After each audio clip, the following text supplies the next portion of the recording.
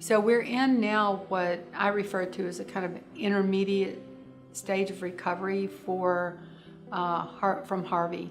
And you know, when I last did a video, I was sitting in the shelter and we were still welcoming people to a shelter, some of whom still had their wet clothing and bedding in a trash bag. And now we come to the part of recovery that is really much harder. The first part, it's dramatic, it's intense, it's urgent. Everyone can see the need. We know what we're doing. We've got to make sure people are safe and have a roof over their head, something to eat, clothes to wear. We wish it could go on like that, with that kind of speed and that kind of urgency. But the fact of the matter is, at this stage, we slow down. We slow down in order to do it well. And it's extremely frustrating. If you're sitting in a home, and even if you've been able to get it gutted yourself, if you're sitting there and it's hot and you can't cook your own food and you still don't have appliances and you don't have clothing and you're overwhelmed and you've applied for a few things but you're not sure whether you're eligible for anything, this is not a good time for you. And a lot of people are in that predicament. I worry, frankly, as I go down the street. I worry about the people with debris in front of their homes. I worry more about the people who, for whatever reason, there's no debris in front of their home. They haven't been able to put it there. And I'm thinking very much about those neighborhoods where we know there was extreme flooding and we know that we haven't been able to contact everyone in that neighborhood to find out how they're doing. And I say we, that's the collective service providers of the region who are just now standing up the case management resources we need to actually work with individual families. So I just want to say a little bit about how that works. We start with service connectors, which is the title given to people that work for Baker Ripley that are, their job is really to talk directly with families, phone or in person, look at all of the options for them in terms of any kind of financial assistance. And that's going to start with a FEMA application, but it's also going to open the door to other kinds of assistance. We're going to look at their eligibility for SNAP, which is a food assistance program. We're going to look at the possibility that they may be encouraged to apply for an SBA loan. Those are not strictly given for businesses during times of disaster. Those loans can be had for other things as well. They might be eligible for utility assistance. We're going to look at that. So it's frustrating because it's slow. We have to actually learn a lot about a family's situation, their home, whether or not they owned it, how extensive the repairs will be. We have to come to understand all that to access everything they might be eligible for. And we're intensely interested in advocating for them in that respect, because we have to use the public dollars available and we need to use them first. And here's why.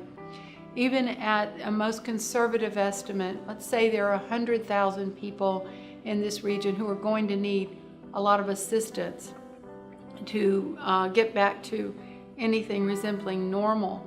At 100,000 people, damaged homes, that puts us, homes generally we're spending in previous events $10,000 to $15,000 to mitigate, to restore. So $10,000 to $15,000 times 100,000 homes already puts us over $1 billion. So we can't take our precious private dollars and start fixing homes today, even if the manpower was available to do it, even if we had all the estimates we needed, even if all of the materials were here. We have to first make sure that the committed dollars, those that are really designed, public dollars designed to help people after disaster, get in there first, and we do all we can with those. We try to preserve the private dollars for the unmet needs. These are the things that a family is just not going to be whole and functional without them, but they're not going to be covered by anything else. We're hanging on to those to the extent we can. That doesn't mean that they won't be used for extremely dire situations, and some of those have come to light and we're working on them. But to the extent possible, we want everyone to access everything for which they're eligible first, and then we're going to look at unmet needs as this scenario wears on.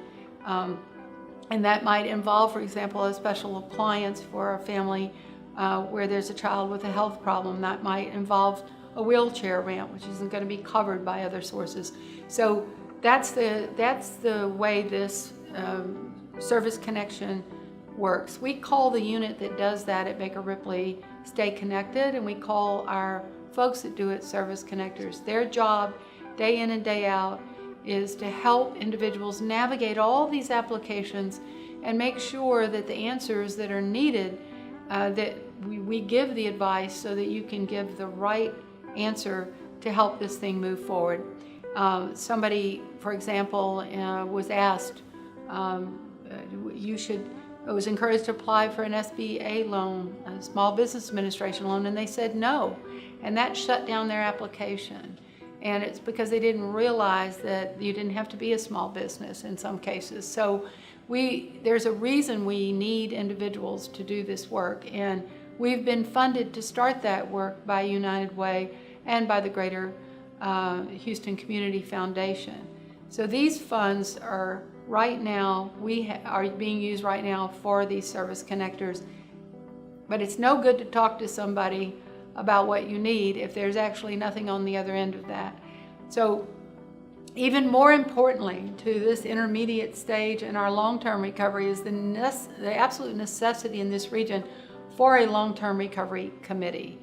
It can be called a committee, it can be called a coalition, it can be called a gaggle of well-meaning individuals, but ultimately what needs to happen is, I suggest on a weekly basis, we need service providers to come together with funders, to come together with corporate sector individuals, community representatives. We need a three-legged stool of public, private, and philanthropic actors who meet weekly. So the first job of this committee is to get our arms around the actual points of greatest need, the what I call the flashing red light neighborhoods and populations in our region that need our help. Make sure that we've left no neighborhood or group of people out as we scan where the impact has been greatest. The second and most important feature of this committee is to look at all of the people charged with acting to help and hold them accountable. And that's not in some browbeating sense of rushing people, because quite frankly, the closer you are to these families, the more you hear about their circumstances, the harder you're going to work, because you feel the pain and you feel the struggle of the situation that they're in. But it is to make sure that if there are bottlenecks, those get cleared. And you need some heavy hitters in this committee, because those heavy hitters can often clear a path for what needs to be done when individual service providers, agencies like Baker Ripley or others, cannot. And the third really important feature of this kind of committee is people are constantly offering resources. People are saying, we have these supplies. You have companies offering teams to help. You have outside of the arena nonprofits saying we can bring teams of volunteers. There needs to be a clearinghouse essentially for what's offered, and then a fast way for that to become assigned and deployed. You do that really well in these committees because each week you're working on these three things. Do we fully have our hands around all the cases that need to be worked and all the situations that need to be addressed? Do we know the numbers of them? And can we see that we're scaling up to get to those numbers? The second thing is, again, you're looking at who's doing what, and are we all moving with all the speed we can muster? And if someone's ahead, we look at how are they ahead and what can we learn from that. If someone's struggling, we look at why. And in that way, we have some accountability built in. And the third thing is really, really important. If something's offered, we want to use it. This is a large-scale event. The dollars, no matter how you calculate them, are enormous. And there's no one sector that can fund all of this, and no one family that recovers on its own. So coordination, cooperation, and an intense focus on getting it done should be our goal.